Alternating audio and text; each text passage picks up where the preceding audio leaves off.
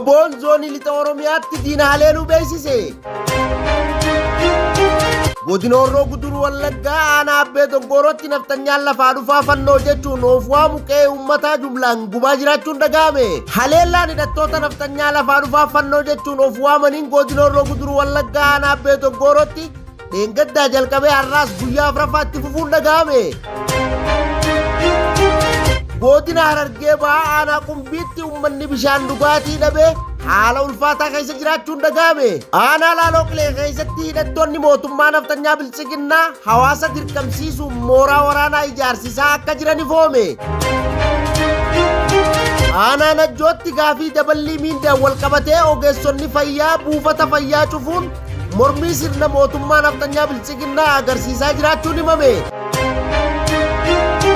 Gurraandhala 27,2026 ashama harka fuune hordoftoota miidiyaa walabummaa Oromiyaa kanneen hangafoota oduutii bal'ina oduutiif hanga dhuma sagantaa keenyaatti naa waliin turaan afeerraa kooti.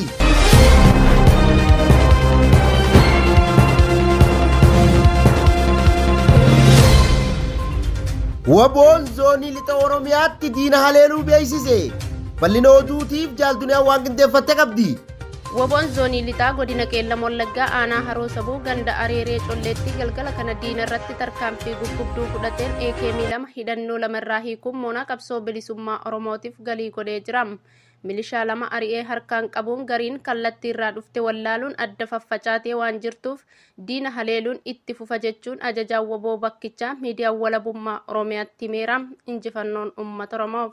Godina Horroo Guduruu Wallaggaa aanaa Abbee Dongorootti naftanyaan lafaa dhufaa fannoo jechuun of waamu qe'ee uummataa jumlaan gubaa jiraachuun dhaga'ame. Bal'ina oduutiif Jaal Magarsaa waan qindeeffate qaba. Godina Horroo Guduruu Wallaggaa aanaa Abbee Dongorootti naftanyaan lafaa dhufaa fannoo jechuun of waamu qe'ee uummataa guraandhala 26 ganamarraa eegaluun jumlaan gubaa jiraachuu jiraattonni miidiyaa walabummaa Oromiyaatti himan.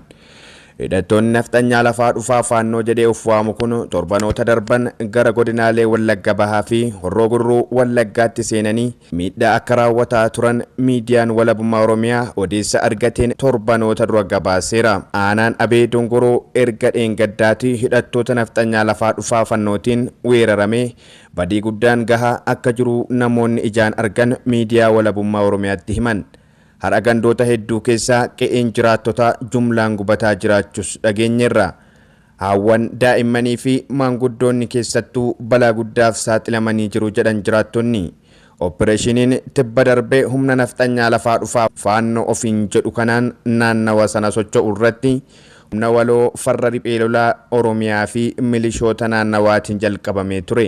Guyyaa sadaffaatti opereeshinichi ajaja gubbaadhaa dhufe jechuun akka dhaabbates jiraattonni himaniiru. Akkuma opereeshinichi jalqabameen paartiileen siyaasaa Amaaraa garaagaraa mormanii ibsa baasan. Lubbuun namaa darbaa jira, qe'een uummataa barbadaa'aa jira, uummanni kumaatamaan buqqa'uuf dirqamee jira jechuun miira gaddaan dubbatan. Badii humna naftanyaa lafaa dhufaa fannoon gahaa jiru kanaaf gaafatamaan jalqabaa mootummaa jararraa harka qabudha jechuun dubbataa jiru. Mootummaan Oromiyaa fi warri ilmaan abbaa gadaa jedhee of waamu naatoo uummata isaa caalaa paartiilee Amaaraa sodaata jechuun xiinxaltoonni dubbataa jiru. Daangaa Oromiyaa karaa maraan kan sarbisiisaa jiru mootummaa Oromoo ofiin jedhee siyaasaaf fayyadamu kana jedhan. Har'a haala kanaan dura hin mul'anneen naannawa daangaatti uummanni Oromoo humnoota naannawa ollaa irraa bobbaafamaniin dhumaa jira.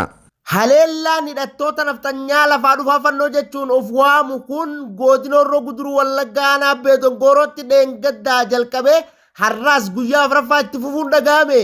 Bal'ina oduutiif jaaltunyaa waan qindeeffatte qabdi.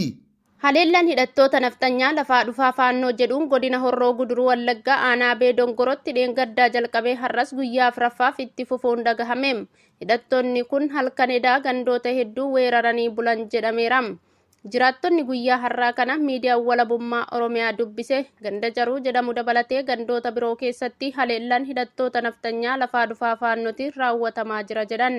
Ganda Jaruu bakka addaa Bootii jedhamutti uummanni nagaan miidhamaa jiraachuu dubbataniiru.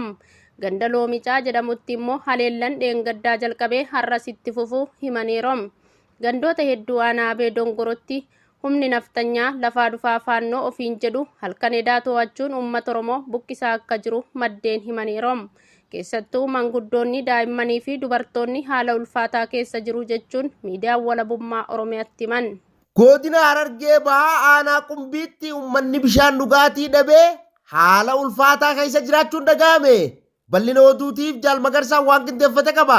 Godina Harargee Bahaa aanaa Qumbiitti uummanni bishaan dhugaatii dhabee haala ulfaataa keessa jiraachuu jiraattonni miidiyaa walabummaa Oromiyaatti himan. Jiraattonni miidiyaa walabummaa Oromiyaaf yaada isaanii kennan namnii fi beellanni dheebuudhaan dararama hamaa argaa jirra jedhan. Jiraattonni zoonii Hariiroo jedhamu yaada kennaniin bara 1999 bishaan baasuuf karoorfame yeroo 5 bishaan baasuuf pirojektiin qabame akka ture dubbatu. Garuu pirojektiin karoorfame hojii irra hin oolle jedhan jiraattonni. Uummanni bishaan dhabee fageenya dheeraa deemee bishaan booruu dabaree sa'aatii dheeraa dhaabbatee akka waraabbatu dubbatan. Qaamni dhimmi ilaallatu furmaata akka itti kennus gaafataniiru. Aanaa Laaloo Qilee keessatti hidhattoonni mootummaa naftanyaa bilchiginnaa hawaasa dirqamsiisuun mooraa waraanaa ijaarsisaa akka jiran ifoome. Bal'ina oduutiif Jaalduniyaa waan qindeeffatte qabdi. Godina Qeellam Wallaggaa aanaa Laaloo Qilee ganda Sarbaa jedhamuun beekamu keessatti gurraandhala 16,2026 eegaluun hidhattoonni koloneel Abiyyi Ahmad achi keessa bobbaafamanii jiran hawaasa dirqamsiisuun mooraa waraanaa ijaarsisaa jiraachuu maddeen bakkichaa miidiyaa walabummaa Oromiyaaf gabaasaniiru. Murni hidhattoota mootummaa naftanyaa bilchiginnaa kun namoota naannoo sanaa dirqamsiisuun wantoota ijaarsa moorichaaf oolan jiraattota sanarraa guuruun cinatti maallaqa saamuu fi humnuma namoota kanaatiin ijaaramaa akka jirus ibsanii jiru. Onicha keessatti hawaasni nagaan ba'ee galuuf yaaddoo keessa jira. Wanta nun ilaallannetti dirqamaan nu oofuun nu hojjechiisaa jiru yoo dubbanne ilaalcha biraa qabda jedhamuun miidhaa nurraan gahaa jiru jechuun jiraattonni kunneen dubbataniiru. Aanaa Najjootti gaafii daballii miindaa wal qabatee ogeessonni fayyaa buufata cufuun mormii sirna mootummaa naftanyaa bilchiginnaa agarsiisaa jiraachuun himame. Bal'ina oduutiif Jaal Magarsaa waan qindeeffate qaba. Godina Lixa Wallaggaa aanaa Najjootti ogeessonni fayyaa rakkoo qaala'iinsa jireenya isaanii mudateen mindaa isaaniin jiraachuu dadhabuun gaaffii daballee miindaa kaasanii mormii isaanii ifatti agarsiisuu jalqabuun isaanii himameera. Mormiin kun tajaajila fayyaa hawaasa irratti dhiibbaa uumaa jiraachuu jiraattonni ibsaniiru. Akka odeeffannoon naannicha irraa argametti ogeessonni fayyaa daballee miindaa gaafatanii yeroo dheeraaf deebii dhabuu hordofee buufati fayyaa bulchiinsa magaalaa Najjoo guraandhala 23 bara 2026 cufuun hojii dhaabuu isaanii beeksisaniiru. Tarkaanfiin isaanii kun akka isaan jedhanitti haala jireenya ulfaataa fi qaala'iinsa gatii gabaa yeroo ammaa daran dabalaa jiru irratti murni mootummaa naftanyaa PP'n xiyyeeffannoo akka kennuuf kan kaayyeeffate ta'uu dubbatu. Ogeessonni kunneen komii isaanii keessatti miindaan isaanii qaala'iinsa jireenyaa waliin wal madaaluu dhabuu, manneen jireenyaa dhabuu, faayidaa argachuu malan kaffalamaa fi akka hin jirre fi tajaajila isaan kennan walii wal madaaluu dhabuu, akkasumas haalli hojii keessatti deeggarsi gahan jiraachuu dhabuu ibsaniiru. Rakkooleen kunneen hojii isaanii irratti dhiibbaa uumuun isaanii fi jireenya dhuunfaa isaanii rakkisaa jiraachuu himu. Sababa kanaan wal qabatee buufatni fayyaa cufamuu fi hawaasni naannichaa tajaajila yaalaa illee argachuu dhabuunis ibsameera. Keessattuu daa'imman, haadholiin, ulfaa fi dhukkubsattoonni yaala saffisaa barbaadan haala rakkisaa keessa galaniiru. Jiraattonni tokko tokko yaaddoo isaanii ibsuun dhimma kanaaf furmaatni ariifachiisan akka barbaachisu hubachiisaniiru. Hanga ammaatti qaamoleen murna maafiyaa mootummaa naftanyaa PP doorsisaa fi sodaachisaan kan hafe dhimma kana irratti ibsa bal'aa kennuun hin mirkanoofne. Ta'us mormiin ogeessota fayyaa kun rakkoo bal'aa damee fayyaa keessatti mul'achaa jiru keessaa tokko ta'uu mala jechuun hordoftoonni dhimma hawaasummaa yaada isaanii kennaa jiru.